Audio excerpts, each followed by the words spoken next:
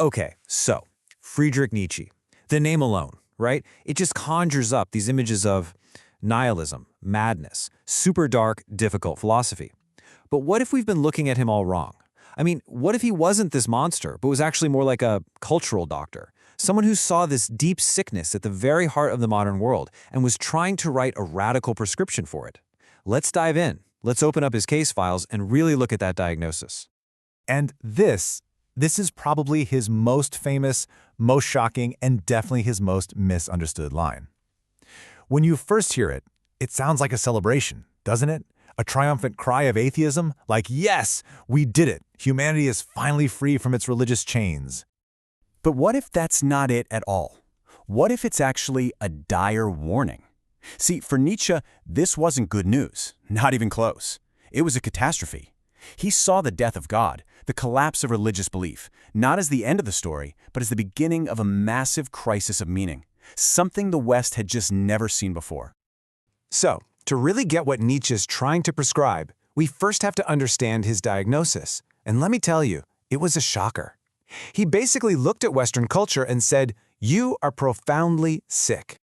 Think about it. For over 1,000 years, the idea of God wasn't just, a belief. It was the bedrock, the absolute foundation for everything. Our morality, our purpose, what we thought was valuable, it was all built on that. It was like the sun that our entire solar system of meaning revolved around. So when Nietzsche says we killed him, he meant that science, reason, the Enlightenment, all of it had just made that whole foundation crumble to dust. And this is the illness he diagnosed. This is the sickness, nihilism.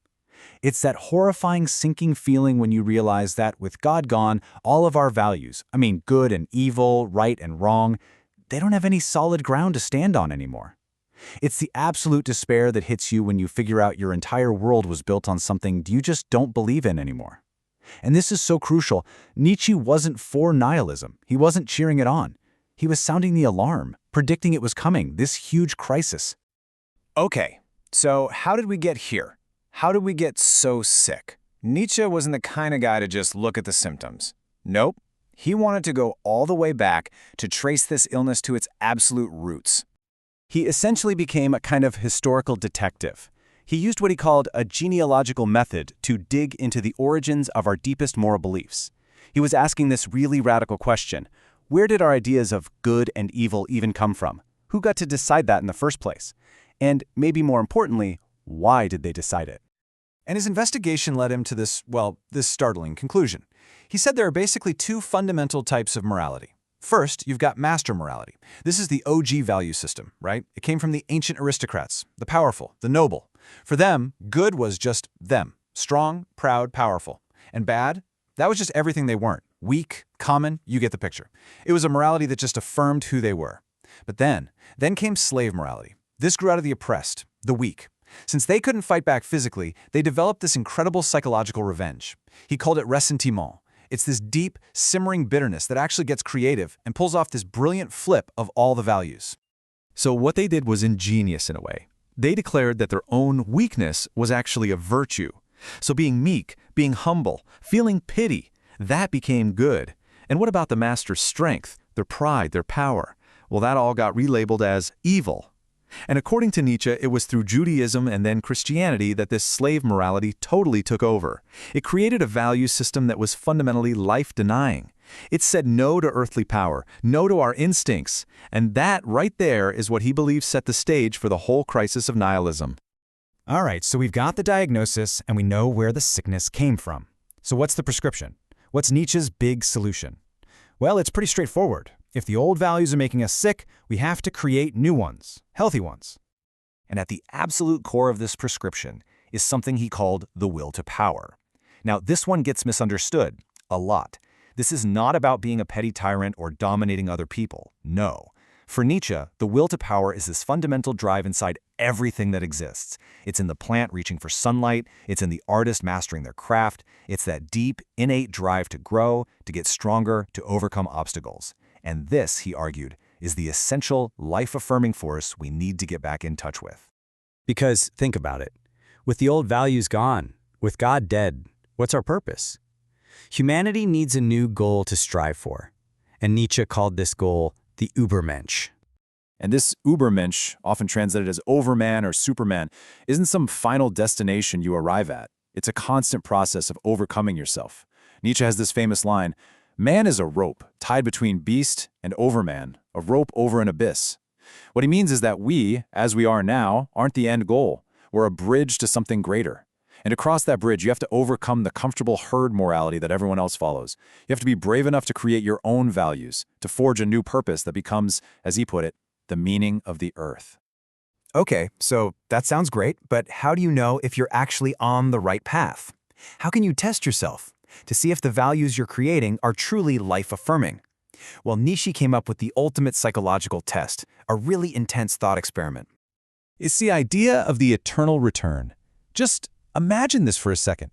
A demon sneaks up to you and whispers that this exact life you are living right now, every joy, every pain, every single tiny detail, you're going to have to live it again, and again, and again, for all eternity. How would you react? Would that thought absolutely crush you? Or would you hear it and think, that's amazing, and rejoice? For Nietzsche, your answer to that question reveals everything about your life. And to pass that test, to be able to joyfully say yes to living your life over and over, that requires a very specific mindset.